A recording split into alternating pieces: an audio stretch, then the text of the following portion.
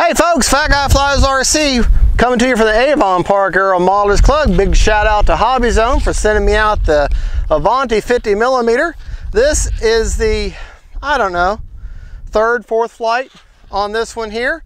And a great little toss and boss plane. She's got no rudder, she's just elevator and aileron control. I'm flying in my high rates, which for me are 125% over 20% expo.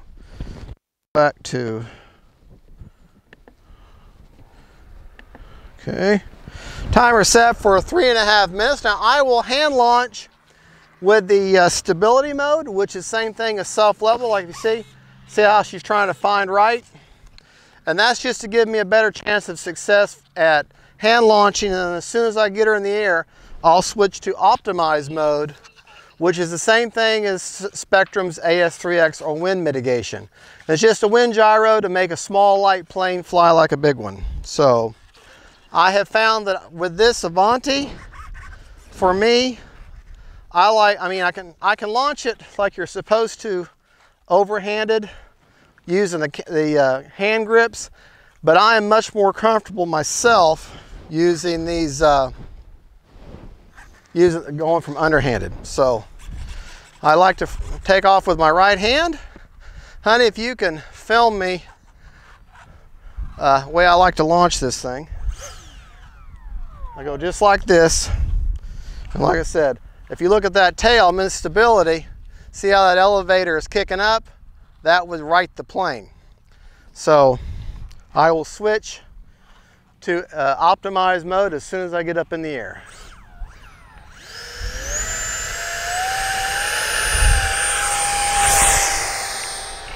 There we go.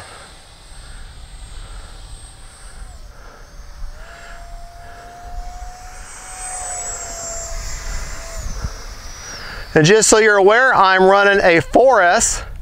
I know the manufacturer calls for 3S on this plane, but through several of us that have reviewed these little planes, they fly just fine on 4S. Now I don't fly her full speed the entire time because of that fact, but I found that the 4S gives her just a little more punch and a little bit better flight time and much better performance for sure. All right, let's see if we can land this little guy.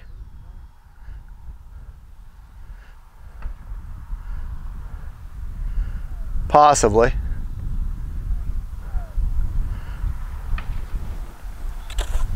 All right.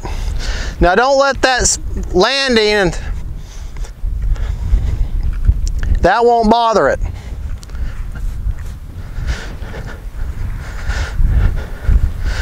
These little belly landers, they understand that you're going to land on your belly. So they've taken the time and they've got a hard plate here over both of your aileron servos, on the tail, and right here on the very front of the nose. Those are all skid plates, and will actually keep the body of the plane off the surface and let those hard plastic points take the damage instead of your plane. So, and then that, a little bit of cleaner will take that right off. That's no problem at all. Back into stability mode.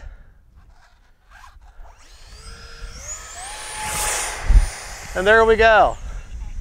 Just that easy. All right, bring her by full speed. And for such a little plane, it has great performance. I mean, folks, for $159, you're getting quite a package here.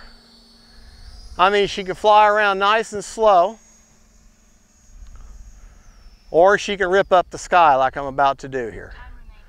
Okay, full speed.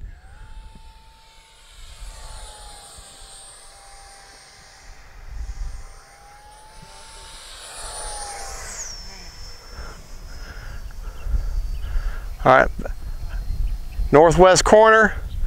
All right, I'm gonna cut the speed now. Now we're gonna glide by. Gliding by, the motor's turned off. I had some high speed, I'm letting her relax a little bit. Now I'm gonna punch it. All right, still got a minute and a half. Let's bring her by nice and low. About third throttle right now.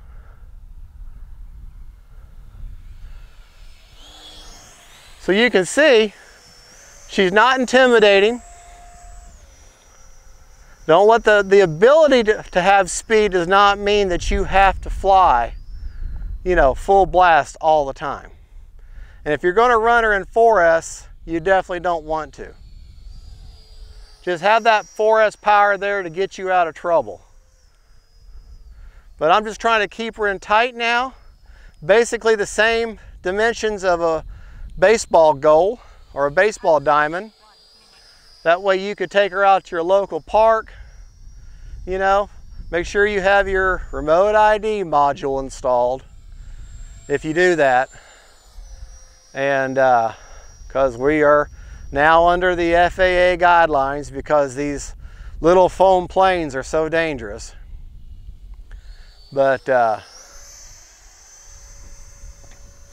if you can join a AMA field like this one, 99% of the time they're going to be a FRIA licensed club, and you don't have to worry about remote ID then. All right, let's go ahead and land her. Whoa. 20 seconds.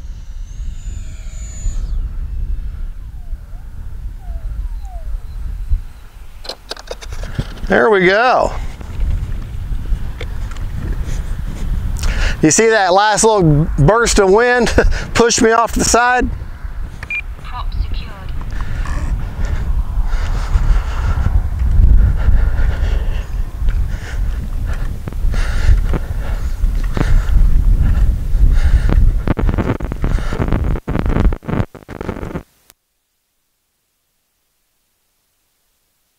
And if people tell you that flying, having the hobby, remote control planes, you don't get any exercise, have them watch this video. You watch me on my field, I'll walk all over this thing all day long. All right, got my finger on the ESC. My index finger is sitting on that ESC. That's what you're looking out for. You're looking for, if you're running a 4S, how hot that ESC is getting. If I can leave my finger on it, it's not that, it's okay. It's not overheating. Now that's where I've got, let me know when you get the battery bay. All right, this is where I had, now that battery I ran is a 1500 millimeter, or 1500 I can't talk today. It's a 4-cell, 100C discharge, 1500 4S. And that's a milliamp, that's how much it holds. And a 4S set right there.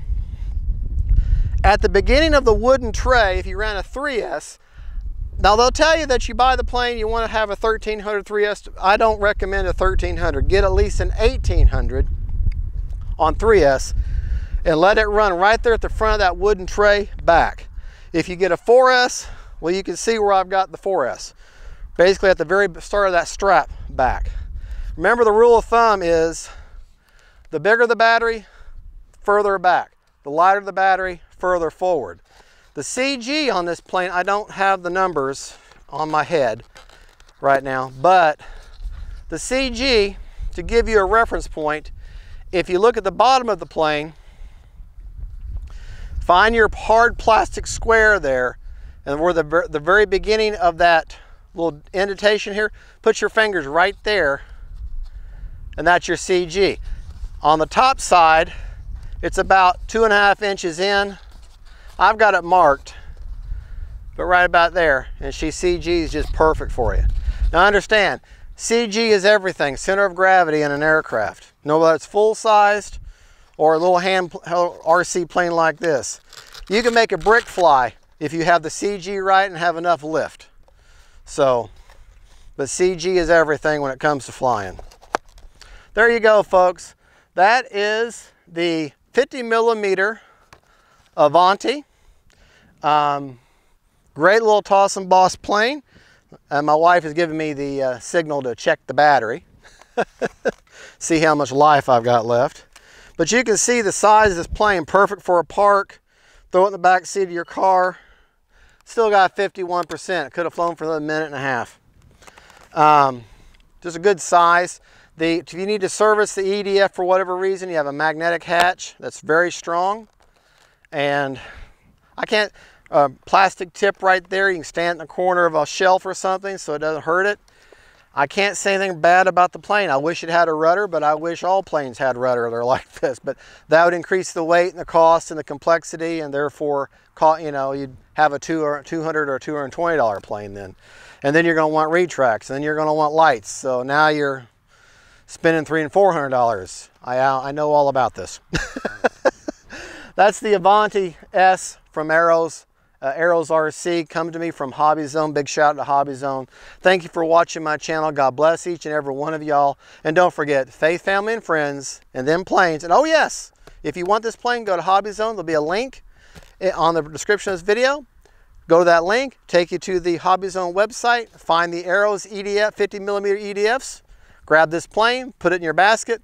In the basket, you'll see our right side, you'll see a coupon field. It says FGFRC. You want to put that code in that coupon field, all caps, FGFRC, and you can take $10 off of the price of this $159 plane, make it $149, but use that money towards a battery. There you go, folks. Bye.